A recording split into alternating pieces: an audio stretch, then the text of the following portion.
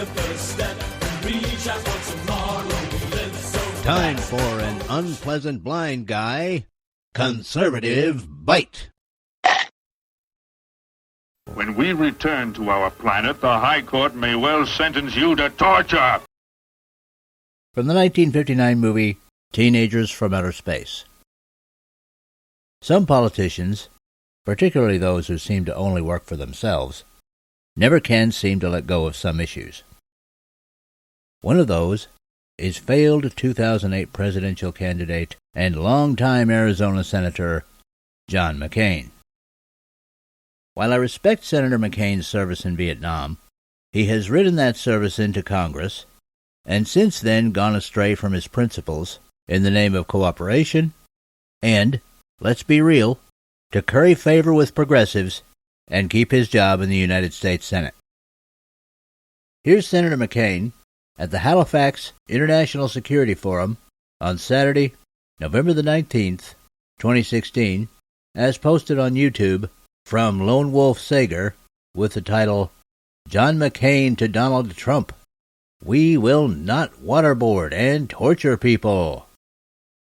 Oh, great, it's Mr. Torture again. And to come back to this point about the powers of basically come back to the American Constitution, the powers of Congress versus the presidency versus the Supreme Court. If, hypothetically, things go haywire, what powers does Congress have? Let's use waterboarding as an example because it's so much in the public eye. What powers does Congress have to actually rein in a president who does things which you find intolerable? Well, first of all, I was observed the panel on the issue of waterboarding. My friends, last year on the Defense Authorization Bill, we had an amendment that said that any agency of government, an interrogation has to be guided by the Army Field Manual. The Army Field Manual specifically states only certain things, techniques for interrogation that can be used. Waterboarding is not one of them. Extremes in temperature is not one of them. There are several others. And so you've got the Geneva Conventions, which we're signatories to, which prohibit waterboarding, and we now have a law. Now, prior to that law, we just didn't do it until this administration. The CIA decided to do it. They cannot do that. If they started waterboarding, I swear to you, there's a whole bunch of us that would have them in court in a New York minute. And there's no judge in America that wouldn't say they're in violation of the law because it's specifically in law now prohibited. Unless the Army Field Manual is changed, which the executive branch, headed by the president, has the right to do. So I don't give a damn what the President of the United States wants to do or anybody else wants to do. We will not waterboard. We will not torture. We will not torture people, and sometime I hope we can get David Petraeus up to this forum. He's one of the great military leaders. He'll tell you, it doesn't work. My friends, it doesn't work. If you inflict enough pain on somebody long enough, they're going to tell you whatever they think you want to hear to have it stopped. Operative words there being long enough. People in the short term, torture can work. And that comes from the underground professor who has been trained in such matters, and from others who are trained in such matters.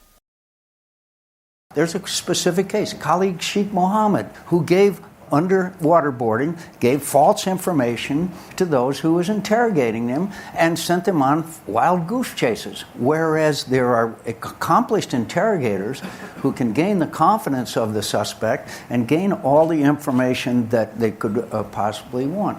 But my God, what does it say about America if we're going to inflict torture on people?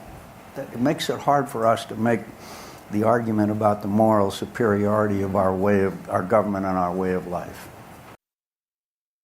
Whereas if we allow our civilization to be destroyed because we didn't use every means necessary to gain information, we'll at least be able to pat ourselves on the back and tell ourselves we took a moral stance. But what about torture?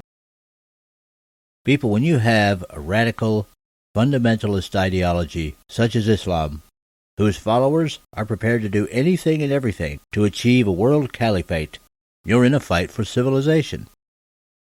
It's a hard, dirty fight, and it's one we have to engage in with the same determination that they have. Here's President Donald Trump answering the question of torture at his first press conference with an international leader, UK Prime Minister Theresa May, on January the 27th, 2017. Thank you very much, Prime Minister. Laura Kunsberg, BBC News. Mr. President, you've said before that torture works. What do you say to our viewers at home who are worried about some of your views and worried about you becoming the leader of the free world?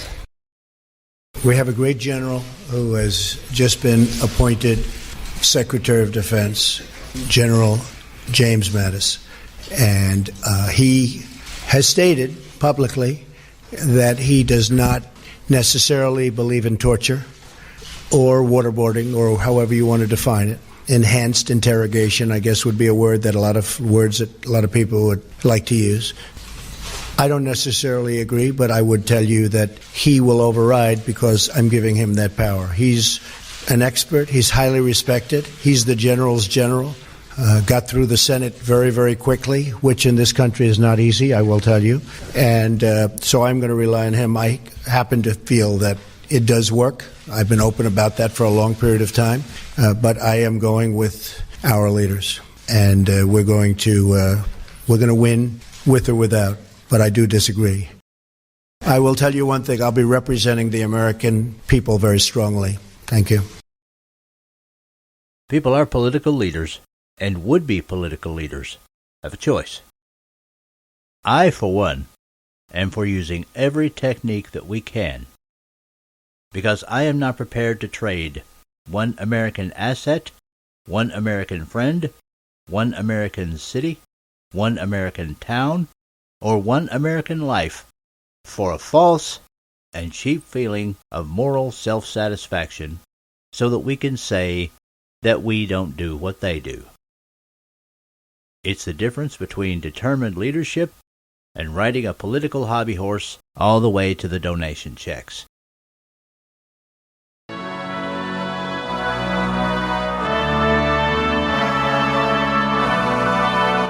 This has been an unpleasant blind guy, conservative Byte. Torture!